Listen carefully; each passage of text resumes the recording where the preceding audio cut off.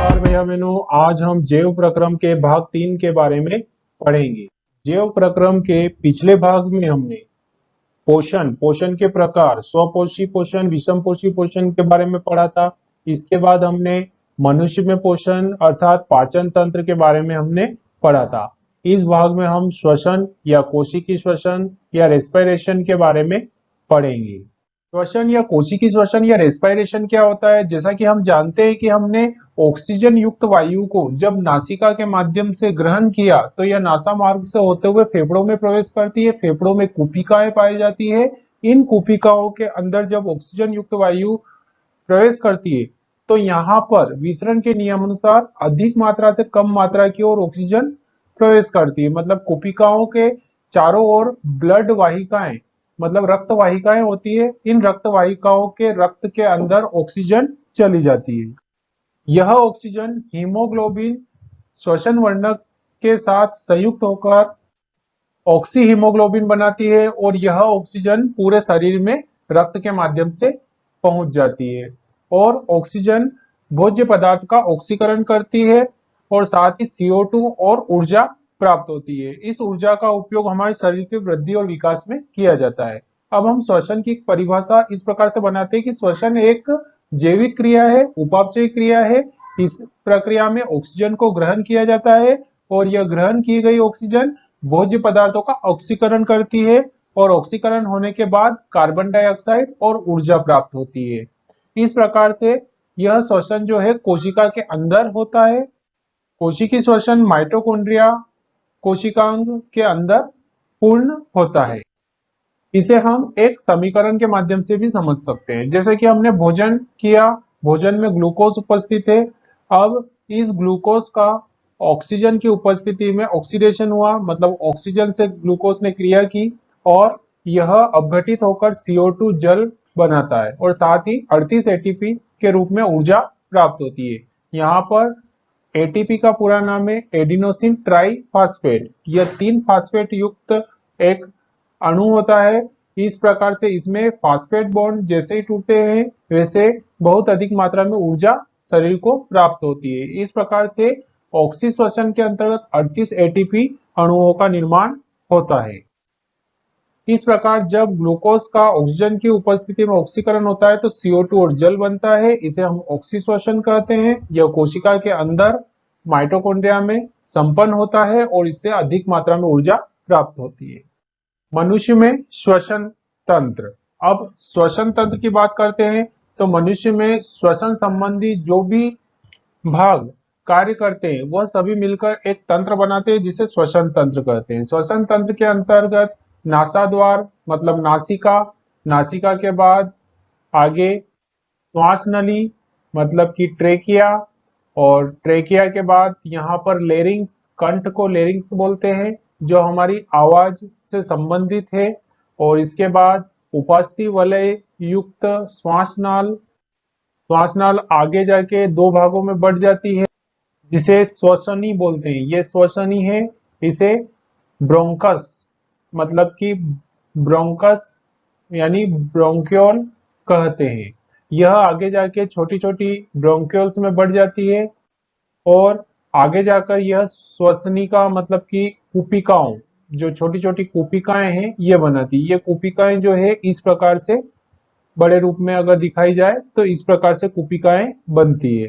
तो इस प्रकार से यह पूरा हमारा श्वसन तंत्र है और श्वसन तंत्र का मुख्य श्वसन अंग है फेफड़े। हमारे शरीर में एक जोड़ी फेफड़े वक्षी गुहा में पाए जाते हैं। यह डायफ्राम के ऊपर होते हैं। यह हमारा डायफ्राम है। डायफ्राम के ऊपरी भाग को बोलते हैं वक्ष और डायफ्राम के नीचे वाले भाग को बोलते हैं उदर। वक्ष भाग में फेफड़े और हृदय होता है। साथ ही डायफ्राम के नीचे उदर भाग में हमारा लीवर, साथ ही आमाशय, छोटी आंत, बड़ी आंत, ये उदर भाग में पाए जाते हैं। अब हम श्वसन तंत्र, मनुष्य में पाए जाने वाले श्वसन तंत्र के अलग अलग भागों को एक सामान्य रूप से पढ़ते हैं। जैसे कि श्वसन तंत्र का सबसे पहला भाग होता है नासाद्वार यानी नासिका। नासिका जो है मुख गुहा के ठीक ऊपर की ओर स्थित होती है। नासिका में 2 छिद्र होते हैं जो एक सेप्टम के माध्यम से अलग होते हैं। साथ ही नासिका गुहा के अंदर की ओर छोटे छोटे रोम होते हैं और कुछ तेली ग्रंथियां होती है, जो कि हम श्वास लेते हैं तो श्वास के माध्यम से कुछ धूल के कण नासा गुहा में प्रवेश करते हैं, तो वह धूल के कणों को आगे की ओर जाने से रोक देते हैं। साथ ही नासा गुहा के अंदर ऑल्फैक्टरी रीजन होता है, जो कि हमें गंध ज्ञान का आभास कराता है। मतलब कि हमारे अंदर जो ऑल्फैक्टरी रीजन है नासा गुहा में, उससे हमें अलग अलग प्रकार की गंध का ज्ञान होता है। इसके बाद जो नासा गुहा है आगे की ओर ग्रसनी के संपर्क में आती है। ग्रसनी के अंदर मुख गुहा से आने वाला भाग, मतलब कि जो आहार नाल का भाग और नासा गुहा का भाग, दोनों ही एक दूसरे के संपर्क में आते हैं, मतलब एक दूसरे को क्रॉस करते हैं। यहाँ पर एक श्वास नली का ऊपरी सिरा एक छोटे से छिद्र के द्वारा ग्रसनी से जुड़ा रहता है। मतलब हमारी जो श्वास नाल है उसका एक छोटा सा सिरा ग्रसनी से जुड़ा रहता है, जिसे छिद्र को हम ग्लोटिस बोलते हैं। और यह छिद्र उपास्थि के एक फ्लैप द्वारा ढका रहता है। मतलब कि उपास्थि का एक फ्लैप, मतलब कि एक बिंदु टाइप होता है, उससे ढका रहता है, जिसे हम एपिग्लोटिस कहते हैं। जब हम भोजन को निगलते हैं, मतलब भोजन को अच्छी तरह से चबाकर निगलते हैं, तो यह एपिग्लोटिस जो है ग्लोटिस भाग को बंद कर देता है, ताकि जो भोजन है वह हमारी आहार नाल में प्रवेश कर जाए। हमारे श्वास नाल में प्रवेश नहीं करता है एपिग्लोटिस के कारण। बाकी हम जब श्वास लेते हैं या कुछ बोलते हैं, उस समय हमारा ग्लोटिस भाग जो है वह खुला रहता है। अब ग्रसनी से आगे की ओर जो है श्वास नाल आगे की ओर लेरिंग्स की ओर प्रवेश करता है। यहाँ पर ट्रेकिया भाग होता है, श्वास नली जिसे बोलते हैं ट्रेकिया। ट्रेकिया हमारे जो गले के भाग में एक कंठ, मतलब कि जिसे लेरिंग्स बोलते हैं, यह पाया जाता है। लेरिंग्स जो है एक बॉक्स के समान संरचना है। यह जो है स्वर कोश, मतलब इसको हम स्वर कोश के नाम से जानते हैं। इससे हमारे जो है आवाज, मतलब अलग अलग स्वर निकलते हैं। यह लेरिंग्स जो है श्वास के माध्यम से आवाज निकलता है, और इस आवाज का उपयोग हम मुख गुहा में जीभ की सहायता से अलग अलग स्वरों में बदल देते हैं। लेरिंग्स के बाद आगे की ओर उपास्थि वलय पाई जाती है। उपास्थि वलय मतलब यहाँ सी आकार के छल्ले टाइप संरचना होती है, जो कि आगे की ओर श्वास नाल ट्रेकिया को आगे की ओर बढ़ाते हैं। यह जो श्वास नली आगे की ओर ब्रोंकाई में परिवर्तित हो जाती है। जैसे ये श्वास नली है, ये जो दो श्वसनी, मतलब कि दो ब्रोंकाई में परिवर्तित हो जाती है। ब्रोंकाई आगे की ओर फेफड़े के अंदर प्रवेश कर श्वसनिकाएं बना लेती है, मतलब छोटी छोटी श्वसनिकाएं बना लेती है, जिसे ब्रोंक्यूल्स बोलते हैं। और ये जो ब्रोंक्यूल से आगे जाके कुपिका कोष बना लेती है। ये जो कुपिकाएं हैं इनका निर्माण कर लेती। कुपिकाएं जो है छोटे छोटे गुब्बारे के समान संरचना होती है। जैसे ही हम श्वास लेते हैं तो कुपिकाएं फूल जाती है, और इन कुपिकाओं के ऊपर रक्त वाहिनियों का जाल पाया जाता है। यह सीधे रक्त वाहिनियों के संपर्क में रहती है। जैसे ही इनके अंदर वायु प्रवेश करती है, तो यहाँ पर ऑक्सीजन युक्त वायु जो है इनके संपर्क में आने पर ऑक्सीजन इन रक्त वाहिनियों में आ जाती है, और साथ ही रक्त वाहिनियों में उपस्थित CO2 अधिक मात्रा से कम मात्रा की ओर, मतलब कि रक्त से कुपिकाओं में प्रवेश कर जाती है। तो इस प्रकार से यहाँ पर ऑक्सीजन और CO2 का एक्सचेंज होता है। इस प्रकार से हमने श्वसन तंत्र का एक सामान्य जानकारी पढ़ी है। अब हम कोशिकीय श्वसन को एक चार्ट के माध्यम से समझते हैं, जिसमें ऑक्सीजन की उपस्थिति और अनुपस्थिति दोनों ही प्रकार से श्वसन हो सकता है। जैसे कि हमने भोजन ग्रहण किया, भोजन ग्रहण करने के पश्चात भोज्य पदार्थ सरल पदार्थों में परिवर्तित हुआ, और सरल पदार्थों में परिवर्तित होने के बाद वह ब्लड में आया और ब्लड से प्रत्येक कोशिका में पहुंचा दिया। जैसे कि ग्लूकोज जो है 6 कार्बन वाला अणु है, यह कोशिका के कोशिका द्रव में पहुंचता है। जैसे ही कोशिका द्रव में पहुंचता है तो इसका ग्लाइकोलिसिस हो जाता है, मतलब ग्लूकोज टूटने लगता है कई एंजाइमों की उपस्थिति में, और ग्लूकोज टूटकर पाइरुवेट बना लेता है। पाइरुवेट 3 कार्बन वाला अणु होता है। 6 कार्बन वाला अणु जो है अब 3 कार्बन वाले 2 अणु पाइरुवेट में परिवर्तित हो गया। अब आगे जाके पाइरुवेट जो है उसका आगे और विखंडन होता है, मतलब आगे और टूटता है। यह या तो ऑक्सीजन की उपस्थिति में भी टूट सकता है और ऑक्सीजन के अपसेंट में भी टूट सकता है। अगर पाइरुवेट जो है ऑक्सीजन की उपस्थिति में टूटता है, मतलब कि जब इसका ऑक्सीश्वसन होता है तो वो माइटोकॉन्ड्रिया के अंदर होता है, और माइटोकॉन्ड्रिया में विभिन्न प्रकार के जो ऑक्सीडेशन जो एंजाइम है वो एंजाइम भाग लेते हैं और पाइरुवेट का ऑक्सीजन की उपस्थिति में अपघटन करते हैं और कार्बन डाइऑक्साइड, जल और ऊर्जा प्राप्त होती है। इस दौरान जब ऊर्जा प्राप्त होती है, यह अधिक मात्रा में प्राप्त होती है, 38 एटीपी अणु के लगभग हमें ऊर्जा प्राप्त होती है। जब हमारी जो पेशी कोशिका रहती है, जब हम अधिक काम करते हैं और अधिक काम करने के दौरान जब ऑक्सीजन की हमारी पेशी कोशिकाओं में कमी होने लग जाती है, तो उस कमी के कारण पाइरुवेट का जो है ऑक्सीजन की अनुपस्थिति में शोषण होने लगता है, और इस स्थिति में पाइरुवेट से लैक्टिक अम्ल बनता है और कुछ मात्रा में ऊर्जा बनती है। यह लैक्टिक अम्ल जो है अगर बनता है हमारी पेशी कोशिकाओं में, तो हमारी पेशियों में जो है अधिक थकान महसूस होती है और हम अधिक काम नहीं कर पाते हैं लैक्टिक अम्ल के बनने के कारण। कुछ समय पश्चात लैक्टिक अम्ल का विखंडन हो जाता है और पुनः हमारा शरीर काम करने के लिए तैयार हो जाता है। अब पाइरुवेट जो है इसका ऑक्सीजन की अनुपस्थिति में अगर श्वसन हो रहा है, जैसे ईस्ट कोशिका के माध्यम से ऑक्सीजन की अनुपस्थिति में श्वसन किया जा सकता है, तो पाइरुवेट जो है इथेनॉल और कार्बन डाइऑक्साइड में परिवर्तित हो जाता है और इसमें 2 एटीपी अणु का निर्माण होता है। तो इसे हम अनॉक्सी श्वसन कहते हैं। ऑक्सी श्वसन मतलब ऑक्सीजन की उपस्थिति में होने वाला श्वसन, अनॉक्सी श्वसन मतलब ऑक्सीजन की अनुपस्थिति में होने वाला श्वसन। जैसा कि हमने चार्ट में पढ़ा था, उसी आधार पे हम श्वसन की प्रक्रिया को 2 चरणों में पढ़ सकते हैं। जैसे कि ग्लूकोज का विघटन पाइरुविक अम्ल में हुआ और पाइरुविक अम्ल मतलब पाइरुवेट में हुआ, और ग्लूकोज का विघटन जब पाइरुविक अम्ल में होता है तो यह प्रक्रिया किसमें होती है? कोशिका द्रव्य में होती है, जो कि हमने अभी चार्ट में पढ़ी है।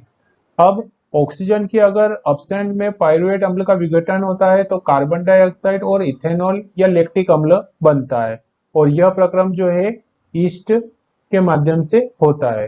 अगर हमारी पेशी कोशिकाओं में हो रहा है तो पेशी कोशिकाओं में लैक्टिक अम्ल का निर्माण होता है, और ईस्ट के माध्यम से अनाक्सी शोषण हो रहा है तो इथेनॉल का निर्माण और कार्बन डाइऑक्साइड का निर्माण होता है। इसी प्रकार यदि ऑक्सीजन की उपस्थिति में पाइरुवेट का विखंडन हो रहा है या विघटन हो रहा है तो कार्बन डाइऑक्साइड और जल बनती है और अधिक मात्रा में ऊर्जा प्राप्त होती है। वहीं अनाक्सी श्वसन में कम मात्रा में ऊर्जा प्राप्त होती है। इस प्रकार से श्वसन का यह प्रक्रम जो है, ऑक्सी श्वसन जो होता है वो माइटोकॉन्ड्रिया के अंदर संपन्न होता है। अब माइटोकॉन्ड्रिया जो कोशिका के अंदर पाया जाता है और वह ऑक्सी श्वसन के लिए इंपॉर्टेंट है, मतलब माइटोकॉन्ड्रिया के अंदर समस्त एंजाइम पाए जाते हैं जो कि ऑक्सी श्वसन को संपन्न कराते हैं, और साथ ही ग्लूकोज का पूर्ण विघटन जो है माइटोकॉन्ड्रिया के अंदर हो जाता है। कार्बन डाइऑक्साइड और अधिक मात्रा में ऊर्जा प्राप्त होती है एटीपी के रूप में, और एटीपी के रूप में जब ये ऊर्जा बनती है तो ये माइटोकॉन्ड्रिया के अंदर संचित होती रहती है। इसलिए माइटोकॉन्ड्रिया को कोशिका का हम पावर हाउस कहते हैं। कोशिकीय श्वसन या श्वसन जो है मुख्य रूप से ऑक्सीजन की उपस्थिति और अनुपस्थिति के आधार पर 2 प्रकार का होता है। श्वसन जो है अवायवीय श्वसन यानी एनएरोबिक रेस्पिरेशन, और वायवीय श्वसन मतलब एरोबिक रेस्पिरेशन। वायवीय श्वसन यानी एरोबिक रेस्पिरेशन, जैसे कि नाम से स्पष्ट है कि ऐसा श्वसन जो ऑक्सीजन की उपस्थिति में होता है उसे हम ऑक्सी श्वसन या वायवीय श्वसन कहते हैं। मतलब ऑक्सीजन की प्रेजेंस में होने वाला श्वसन वायवीय श्वसन कहलाता है। इसमें ग्लूकोज का पूर्ण ऑक्सीकरण होता है। ये जो ग्लूकोज है इसका पूर्ण ऑक्सीकरण हो रहा है और CO2 और H2O बन रही है। साथ ही अंतिम उत्पाद के रूप में इसमें CO2 और जल बनता है। जैसे ग्लूकोज का पूर्ण ऑक्सीकरण हुआ, CO2 और जल अंतिम उत्पाद के रूप में बना, और यह पूरी प्रक्रिया माइटोकॉन्ड्रिया के अंदर संपन्न होती है। इस प्रक्रिया में अधिक मात्रा में ऊर्जा बनती है, मतलब जो ऊर्जा बन रही है वो अधिक मात्रा में ऊर्जा बन रही है, मतलब कि 38 एटीपी अणु बन रहे। एक ग्लूकोज मॉलिक्यूल के ऑक्सीश्वसन से 38 एटीपी अणु ऊर्जा का निर्माण होता है। इसे हम अगर किलो कैलोरी में देखें तो 676 किलो कैलोरी पर ग्लूकोज मॉलिक्यूल ऊर्जा प्राप्त होती है। तो इस प्रकार से यह ऑक्सीश्वसन है। अवायवीय श्वसन यानी एनएरोबिक रेस्पिरेशन, जैसा कि नाम से स्पष्ट है, अवायवीय श्वसन मतलब कि ऑक्सीजन की अनुपस्थिति में होने वाला श्वसन, मतलब ऐसा श्वसन जो ऑक्सीजन की अपसेंट में होता है उसको हम अवायवीय श्वसन या एनएरोबिक श्वसन कहते हैं। अब इस प्रकार के श्वसन में ऑक्सीजन भाग नहीं लेता है, इसलिए ग्लूकोज का जो अपूर्ण विखंडन होता है, मतलब ग्लूकोज जब टूट रहा है तो इससे एल्कोहल और कार्बन डाइऑक्साइड बन रही है। तो यह प्रक्रिया किण्वन के समय ईस्ट में होती है, मतलब ईस्ट एक प्रकार से कवक है और इसकी उपस्थिति में किण्वन होता है। इस प्रक्रिया में अंतिम उत्पाद के रूप में CO2 और एल्कोहल बनता है। मतलब ग्लूकोज का जब अपघटन हुआ तो एथिल एल्कोहल और CO2 कार्बन डाइऑक्साइड बनी है। यह क्रिया कोशिका द्रव में ही संपन्न हो जाती है और साथ ही इसमें कम मात्रा में ऊर्जा बनती है। मतलब कि जो ऊर्जा बन रही है वो 2 ATP एनर्जी बन रही है, मतलब 21 किलो कैलोरी ऊर्जा बन रही है।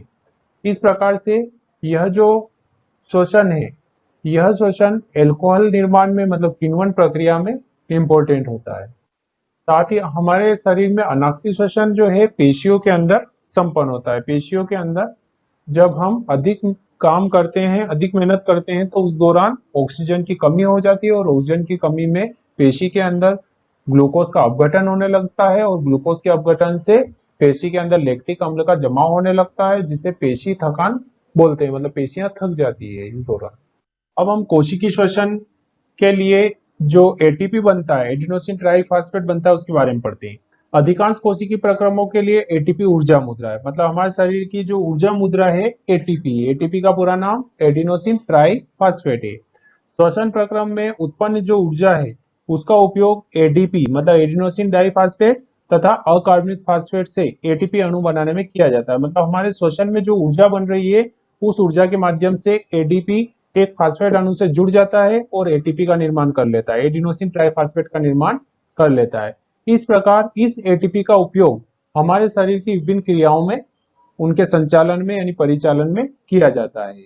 जल का उपयोग करने के बाद एटीपी में जब अंतस्थ फास्फेट संलग्नता खंडित होती है, मतलब जल का उपयोग करने के बाद जब जब एटीपी के बीच में जो फास्फेट बॉन्ड है, जैसे फास्फेट बॉन्ड है, इनमें जो है संलग्नता खंडित होती है, मतलब टूटते हैं। तो टूटने पर 30.5 किलो जूल पर मोल के तुल्य ऊर्जा मोचित होती है। मतलब इतनी ऊर्जा बनती है एटीपी अणु के टूटने पर 30.5 किलो जूल पर मोल ऊर्जा उत्पन्न होती है। जैसा कि एक बैटरी विभिन्न प्रकार के उपयोग के लिए ऊर्जा प्रदान करती है। यह यांत्रिक ऊर्जा, प्रकाश ऊर्जा, विद्युत ऊर्जा और इसी प्रकार अन्य प्रकार की ऊर्जा के लिए उपयोग में लाई जाती है। इसी प्रकार हमारे कोशिका में एटीपी का उपयोग पेशियों के सिकुड़ने, हमारी पेशियां जो है सिकुड़ती है, शिथिल होती है, उनके लिए प्रोटीन संश्लेषण, हमारे शरीर में भी प्रोटीन बन रहा है उसके लिए, तंत्रिकी आवेग का संचरण और कई प्रकार की क्रियाओं के लिए यह ऊर्जा उपयोग में लाई जाती है। इस प्रकार एटीपी का हमारे शरीर में बहुत अधिक महत्व है। अब हम जैसे कि श्वसन संबंधी रोगों के बारे में पढ़ते हैं, जैसे कि तंबाकू का सीधा उपयोग करना, सिगरेट, बीड़ी, हुक्का, गुटखा आदि के रूप में किसी भी उत्पाद का उपयोग करना हानिकारक होता है। तंबाकू का उपयोग तौर पर जीभ, फेफड़ों, दिल और लीवर को प्रभावित करता है। जैसा कि इनसे जो निकलने वाला, सिगरेट से निकलने वाला धुआं है, तंबाकू के अंदर पाए जाने वाला टॉक्सिक पदार्थ है जिसे निकोटीन बोलते हैं, तो ये सभी हमारे शरीर के लिए नुकसानदायक होते हैं। धुआं रहित तंबाकू भी दिल के दौरे, स्ट्रोक, फुफ्फुसी बीमारी मतलब कि श्वसन संबंधी बीमारी, कैंसर के कई अन्य रूपों के लिए एक जोखिम कारक है। भारत में गुटखा सेवन से मुख्य कैंसर की घटनाएं बढ़ रही है। इस प्रकार से जो है धूम्रपान जो है वो शरीर के लिए हानिकारक होता है। इससे श्वसन संबंधी बीमारियां, ट्यूबरकुलोसिस मतलब टीबी की बीमारी हो सकती है, कैंसर हो सकता है। इस प्रकार की कई बीमारियां श्वसन संबंधी हो सकती है धूम्रपान के सेवन से। इसी प्रकार पैरों के मांसपेशियों में दर्द या ऐंठन का होना, तो कभी कभी हम अधिक भाग दौड़ या दौड़ने पर हमारी पेशी कोशिकाओं में ऑक्सीजन का अभाव हो जाता है, मतलब वही अनाक्षी श्वसन की बात हो रही है। इस स्थिति में ऊर्जा प्राप्ति के लिए जो ग्लूकोज से पायरुवेट अम्ल बना है, उस पायरुवेट अम्ल का विखंडन ऑक्सीजन की अनुपस्थिति में हो जाता है और कार्बन डाइऑक्साइड के साथ लैक्टिक अम्ल का निर्माण हो जाता है। इस स्थिति में लैक्टिक अम्ल जो है हमारी पेशियों में दर्द या क्रैम्प उत्पन्न कर देता है, मतलब हमें पेशी थकान होने लग जाती है। हम कुछ समय के लिए फिर आराम करते हैं। आराम करने या मालिश करने पर लैक्टिक अम्ल जो है फिर से विघटित होकर इथेनॉल और जल में परिवर्तित हो जाता है, जिससे पेशियों में होने वाले दर्द या ऐंठन खत्म हो जाती है और शरीर को आराम मिलता है। इस प्रकार हमने श्वसन संबंधी कुछ प्रक्रियाएं पढ़ी है। आगे हम परिसंचरण तंत्र और उत्सर्जन तंत्र के बारे में जैव प्रक्रम के अंतर्गत पढ़ेंगे।